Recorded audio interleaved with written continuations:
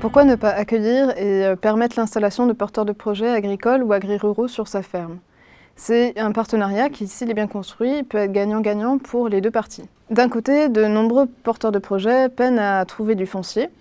S'installer sur une ferme d'un agriculteur peut leur permettre justement d'accéder à une partie du foncier ou à des assolements. Et à la fois, si l'agriculteur et les porteurs de projets le souhaitent, de pouvoir accéder à du bâtiment ou à du matériel. La proximité d'un agriculteur accueillant leur permet également de pouvoir échanger avec l'agriculteur et de mieux s'intégrer au tissu agricole local, ce qui peut être important pour des personnes qui ne sont pas issues du milieu agricole notamment. Pour l'agriculteur accueillant, c'est une possibilité de pouvoir partager l'astreinte, de pouvoir diversifier ses productions. Également de ne pas travailler seul, puisque le milieu agricole peut être parfois source de solitude. Et puis, bien sûr, de permettre à des jeunes de s'installer en agriculture. Au niveau territorial, l'augmentation du nombre de porteurs de projets et de production sur une ferme donnée permet d'augmenter le dynamisme local et la diversité des productions sur un territoire, et donc la résilience du territoire. Les modalités concrètes d'installation d'un porteur de projet sur une ferme varient en fonction d'une situation ou d'une autre.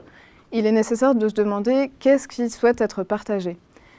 Est-ce que c'est du foncier ou des assolements? Généralement, c'est l'objectif principal des porteurs de projets. Mais il peut aussi être partagé différentes choses, du matériel, des bâtiments, un mode de commercialisation, en montant par exemple une boutique à la ferme, ou d'autres choses. Ensuite, il est nécessaire de se demander quelles seront les contreparties pour l'agriculteur et le porteur de projet. Est-ce que la mise à disposition du foncier ou des bâtiments sera gratuite? Est-ce que ce sera payant? En échange d'un loyer ou en échange d'une partie de la production ou de temps de travail? Différentes possibilités existent. Il est également possible pour les porteurs de projets de s'installer avec l'agriculteur et de partager une structure juridique commune. Ça n'est pas forcément toujours le cas et c'est aussi possible que le porteur de projet s'installe sur une structure juridique différente et mette en place un partenariat uniquement sur les aspects qui seront mutualisés.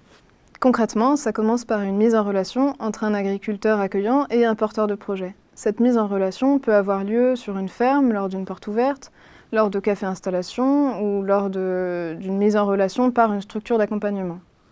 Ensuite, il est essentiel de se poser la question de quels sont les objectifs des porteurs de projet, des agriculteurs accueillants et les objectifs communs. À la suite de ça, ça permettra de définir quelle structuration juridique donner au projet commun. Pour démarrer progressivement et apprendre à se connaître, il existe plusieurs solutions. Ça peut être de passer par une période de salariat, de tests agricoles, de contrats de parrainage ou tout simplement de passer du temps en commun sur la ferme, ensemble, à échanger sur le projet et à voir comment est-ce qu'il peut se construire. Si vous êtes agriculteur ou porteur de projet et que vous souhaitez en savoir plus, n'hésitez pas à contacter le réseau des CIVAM normands.